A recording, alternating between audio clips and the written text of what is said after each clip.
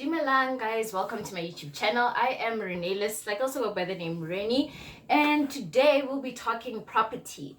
This is advice on do's and don'ts when you're going to buy property. You could either be buying, this could also work if you're actually going to rent. So it's solid advice for both. So I have my nice little sparkling wine with me to help me get through this. So if you see me looking down, I jotted down a few notes, things that I don't want to forget, and I was just about to, I think I have it all clued into my head. So yeah, I hope this doesn't come off news reporter, presenter kind of vibe, because that would be sad for me. News reporters kill it, by the way, and they do a lot.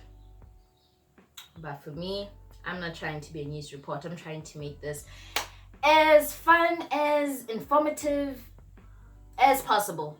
I can't come up with anything else, but anyways. Okay. Number one, get a good credit score. You want to do that. So do get a good credit score, and don't worry if you don't have a great credit score. That thing, you can turn it around in a matter of a month or two, and you can start paying off your debt and all that kind of stuff and get your things together, and then your credit score will start getting better. So don't worry if you have a bad credit score. You can turn it around and things can start looking good for you in a matter of 2 to 3 months or so. So do not panic, but what you want to do is have a great credit score. And then point number two, work out your budget. You use I don't even remember what I was about to say. Work out your budget. Do take full advantage of property apps. Do take full advantage of your banking apps as well, because I know my banking app also has the ability for you to calculate how much you can afford to pay bond per month. So use those property apps, take advantage of them, guys. Do not leave them alone. What I used was Property 24. What you do is you need to put in your gross monthly income. That is, your gross monthly income is basically what you get before deductions and all the kind of stuff. So you have to put that in, work out your expenses and put them in as well, and then it calculates how much you can afford to pay per month, which is your bond. And you can also do it on your F&B app. So yes, you want to do that. I don't know a don't for that. Okay, we're gonna move on to point number 3. Work out where you want to live.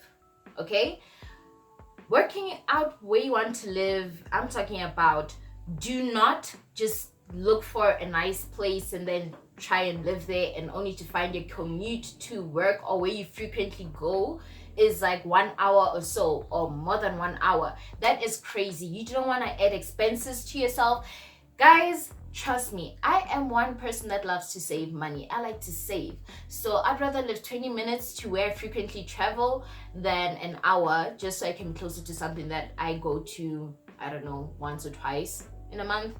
So what you want to do is you want to look for a place where it's closer to work if you have a job. If you're a YouTube content creator, a place where it's gonna be nice for you to commute to, where is convenient. You don't want to live, say, way outside of town, and then you find most meetings you're gonna have, they are in Joburg or they're in Pretoria. You don't want to live far away from there, especially if you're gonna go to meetings and all kind of stuff. And also, when you're a YouTube content creator, you want to look at places where it's quiet and all kind of stuff, but we're gonna get into that a little bit later. That was my point number 3. You need to work out where you frequently go, where you frequent, and then select an area to live around there, so that you don't have to waste more time on the road traveling to where you need to be, or wasting time or wasting money putting in fuel in your car just so you can get to where you want to be. Okay, point number 3 is out of the way. Point number 4, actually point number 4 should have been at number 3 because it's more important than where you want to live. Point number 4 is work out your budget, because sometimes your budget can also affect where you want to live. Certain suburbs are more expensive than others. That's what I'm trying to say. So work out your budget. When you're working out your budget,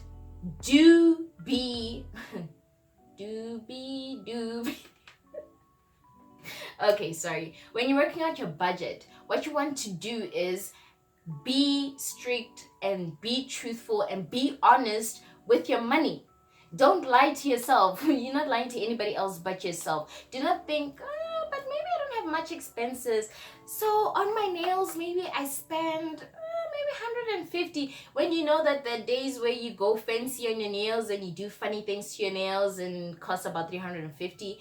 Do not do that. Do not underestimate your expenses. Rather overestimate than underestimate your expenses. That way you can draw out a real budget. And if you overestimated your expenses, if you do have change, it's good. You can just save it, lock it away, or use it to renovate your home or buy extra furniture, whatever the case may be.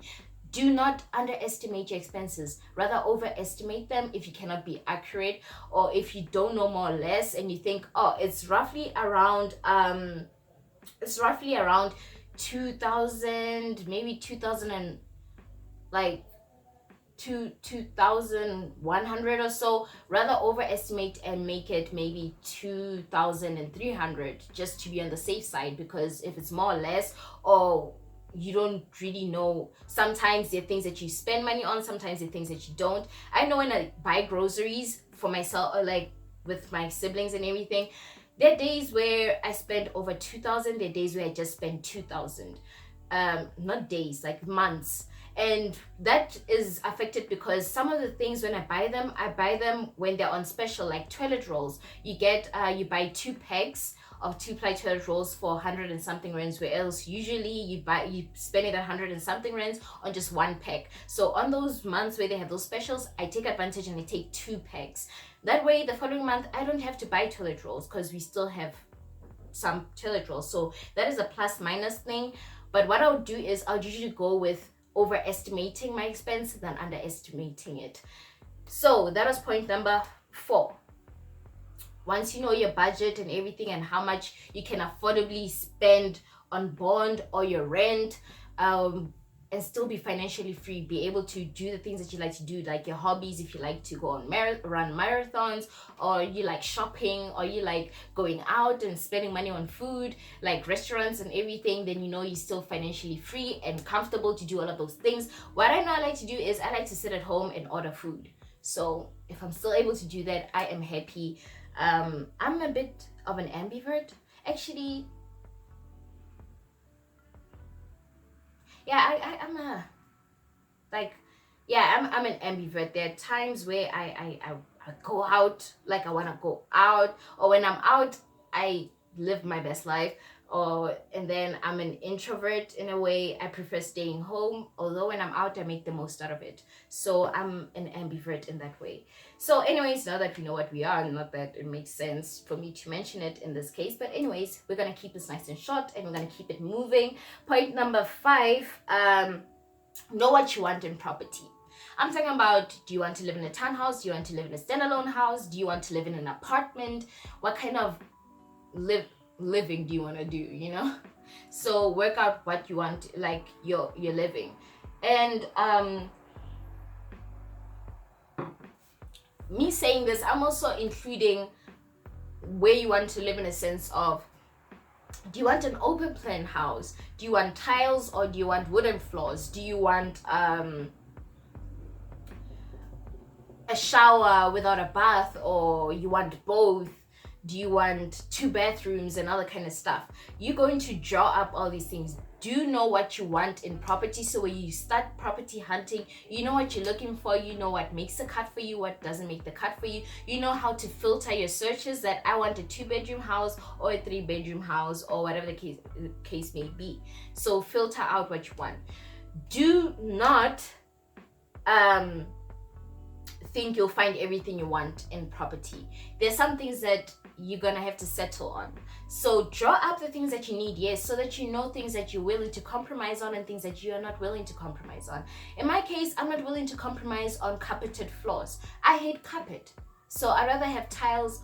I love wooden floors, which I don't have, and I'm willing to install them, but I'd rather have a tile than carpet. That's something that I am definitely and wasn't willing to, compromise on. The rest of the things I could compromise, I could budge, but as long as I have things that I drafted down and I know what I want, and even though I knew that I couldn't get everything that I wanted, what am I willing to settle for? What am I not willing to settle for? Because you are not going to get everything that you want in your list. Okay, that was point number 5. We're going to move on to point number 6. Keep options open. When you're property hunting, you need to keep an open mind. You need to keep your options open, in a sense of, do not commit to the first property you see. Yes, it may tick down all the boxes, all the right boxes, and you may be in love with it and everything like that, but you may keep it on a list. Like, have a top 3 of properties that you're willing to go back to, willing to settle for, willing to buy, willing to rent out, or whatever the case may be. Do not settle on the first thing that you see. Give yourself options. Be as selective as you are when you're picking that hairdresser. Be as selective as you are when you're picking a nail technician. Be as selective as you are when you're picking out your skincare products, your feminine products. Be as selective when you are going into looking for property. Do keep an open mind. Go and see more than, even though you already have your mind set out on that one, go and view other things. You never know, you could find a more beautiful place that you like better than the one that you first saw. You may find all different kind of things. So that was point number 6. Point number 7, check for security. Security matters the most. So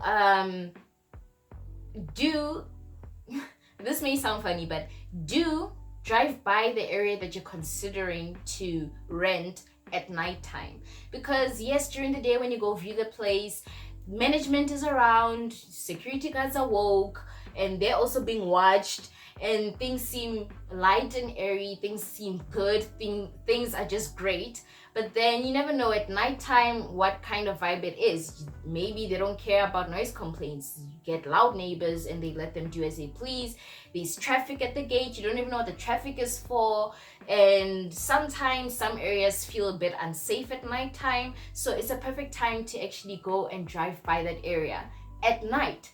Do not neglect your safety. Do not neglect the fact that if you're going to commit to buying that place, or if you're going to commit to renting out that place for a year or so, your safety matters. So drive by in the middle of the night, grab a buddy, grab a friend, grab a sibling, go and drive by that area in the middle of the night and see what is happening around that area. Is there traffic? Is there up and down and all that kind of stuff? I'm not saying during peak time. I'm talking about maybe 7 p.m., 8 p.m., 9 p.m. If you want to be a real creep, 1 a.m. Drive by and see what the vibe is like. Do you trust the place? Do you feel safe driving in that area in the middle of the night? Not just the complex that you're going to be staying at or the estate. Also drive by in that neighborhood. How does the neighborhood feel while you're driving there? Do you feel like somebody's going to come knocking on your window and asking you to give them the car keys and grab your phone and stuff? Or do you feel, okay, fine, I'm at ease, I'm safe, I'm good, I can even roll down a window, elbow out? Don't do that. I don't even like doing that. I don't like driving with windows open because I fear that somebody might just randomly slap me while I'm at the robot, mainly because I've thought of doing it. So I mean, maybe somebody else has as well. That was point number 6, I think. Point number 7, do not be afraid of asking questions. Do not be afraid of asking the realtor questions or the owner questions if they're the ones selling their own property or they're the ones renting out their own property and they decide they're going to advertise for themselves. They don't need a real estate agent or anything like that. Do not be afraid of asking questions. Ask important questions. It is important. Ask them why they're selling the property. It could be because it's loud or whatever the case may be, or in the case of if you want to rent out, if you're likely to find a tenant that's living there, sidebar the tenant and be like, why are you leaving? Is there anything that I need to know? Are there ghosts up in here? Do witches do, landings on your roof in the middle of the night? So find out why they're selling.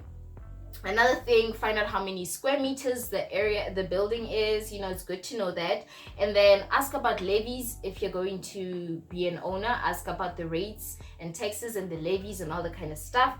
And then we already covered security. Do ask about security. Ask about the electric wires around the place.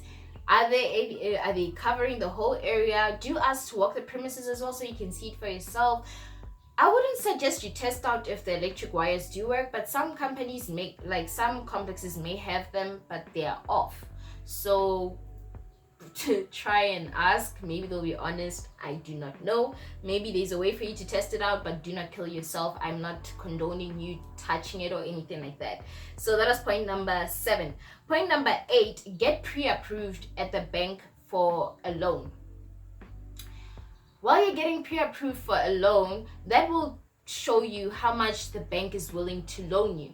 Mind you, remember point number 1, get a great credit score. That also determines how great of a loan can you get from the bank. Bear in mind, when you get approved for this home loan, when you get pre-approved, if it's higher than your actual budget that you want to have, do not go for it. Just because they're offering you maybe $1 million more than what you need, do not go for that million. Stick with your budget. Do not start looking at properties that are around that price range. Stick to the original budget that you have. Do not change it in any way or any form, because when you drafted your budget, you drafted your expenses, you drafted how you're gonna pay for the bond, pay for the water bill, rates, levies, and all the kind of stuff. So now when you're increasing that, you're increasing your expenses. You don't want to do that just because you got pre-approved for like a higher amount. Do not do that. Stick to your original budget. Okay, so do not do that. Point number 9, accept the offer of a bond originator. A bond originator is a person, I've said this in my how I bought property in at the age of 22 video. I'll try and link it. I'm still trying to learn how to do that. Hopefully I get it right this time. I'll try and link that video as well. Get a bond originator. A bond originator is a person that can get you a better loan from all the banks, including your own bank, because initially your own bank will be like, okay, we're willing to give you 100,000, but then when the bond originator gets there, they can lower the rates, they can lower the interest rates, they can lower your payback options and all the kind of stuff. They can do that for you. So do get a bond originator. Do not think you can go to the bank and get a better loan by yourself, because when you go, they're not going to take you that seriously as much as a bond originator, because they know a bond originator, every bank is trying to please them with a better offer of a loan. You get what I'm saying? So don't do that. Don't play yourself. Don't do that. Okay guys, we've built our way up to point number 10, the final point. So point number 10 is apply for a FLISP. If you're going to be a first-time homeowner and you want to buy a house, do apply for a FLISP. It's going to help you and save you a hell of a lot of money. Okay, we like to save money. I don't really like it. Money. That's the only words I know from that song. Money. Okay, anyways, do get a FLISP. What a FLISP is, it's a first-time homeowner perk that you can get.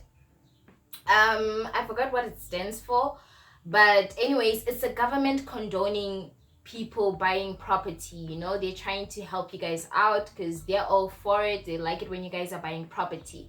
However, terms and conditions do apply to a FLISP. Okay, you can apply for the FLISP. Your realtor should have the paperwork of applying for a FLISP. You give it to your realtor. Your realtor is the one that deals with it on your behalf.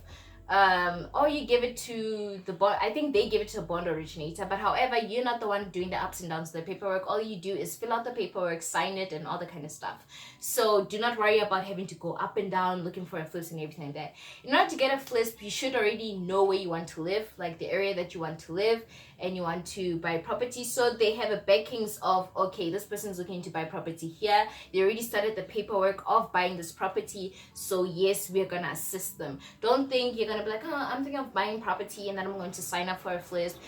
No, they're not gonna give you money because they don't really know like are you really gonna use the money where it's supposed to go? And besides, they don't give it straight into your hand, it goes to your bank. So if you have a bank loan or whatever it is, the FLISP goes to your bank and they work it out with your banks. If they're decreasing, okay, I don't want to be all over the place. So what a FLISP does is it either decreases the rate, the interest rates, or it decreases the amount of your home loan. So they're basically paying a percentage for your home loan, and then you'll pay the outstanding amount. Or they there's a third point that just slipped my mind. Maybe it's this, I am not sure, but anyways, that's what they do. They either pay off your house, or they help you pay off your house. They help decrease your interest rates. However, you can either get all of those perks, or you can get a certain amount of those perks. The reason why that happens is because a FLISP, in order to qualify for one, you first have to be a South African citizen, and then you also, two, you should know where you want to live, and you should have started the process of buying the property so that the bank is aware that you're buying this property and all the kind of stuff, and then they can pay it to the bank. And then point number three, you need to earn around a certain bracket. I think it's between 3,500 rands up until 22,000 rands. That's where the government is willing to help you. If you earn above that, they're not going to help you. You clearly can afford to buy it. Maybe they will help you, maybe they won't, I do not know. But all I know is it starts from 3,500 up until 22,000 mark, where they're willing to assist you. The government is willing to assist you to buy the house. So you need to have those three criterias. I'm sure there are also a couple of other criterias, but those are basically the main ones that you should focus on. So yeah, that is what a FLISP is. So you want to go and apply for a FLISP. You're not really going to go to the government and ask them for it or anything. That your realtor has the paperwork for a FLISP, you fill it out and everything, and they go and they apply. The attorneys that you're going to end up paying for during your transfer and bond costs, they are the ones going to apply for the FLISP and then see if you get one. And then if you get one, what are the terms and the conditions for the FLISP. In my case, my FLISP assisted in paying for my transfer and bond costs. So they paid for that, but it was only a certain amount. They could only cover my transfer costs. I had to cover my own bond costs, which was a great thing to help me, because when you're going to buying property, you don't really know how much expenses you're getting yourself into, because you should have had money saved aside. And in my case, I didn't have much saved. I wasn't prepared. I just jumped in and I figured everything out as I was going. So I am urging you guys to save money if you're planning on buying property. Get a great credit score, and saving and having a great credit score will make the process a whole lot easier for you. And yeah, those are my 10 points. Basically, I'm gonna keep it to a minimum of 10. If you guys are interested in more of these kind of things, where I have a do's and don'ts list, like top 10 do's and don'ts for buying property or anything like that, leave a comment down below and tell me that you want more of this. And then if there's anything else that you want me to go thoroughly into conversation about, most of you said I must talk about the bond originator. Some of you said I must talk about the FLISP. I hope I did cover those and you fully understand, and I hope I did touch on it very well. And yeah, so leave a comment down below if you want more of these top 10 do's and don'ts, whether it comes to aviation or property. I'm willing to do it. I'm happy to do it. If you love this video and you found it very informative, give it a thumbs up. My nose is acting up right now. That's why my voice is sounding weird. Give it a thumbs up. No, it still sounds funny. Probably because I think I need to blow my nose. But anyways, if you're new to my channel, this is a safe space, safe zone. Don't forget to subscribe and turn on your bell notifications so you get notified each and every single time that I post new content on my channel. And what else did I want to say? Be kind, love and light.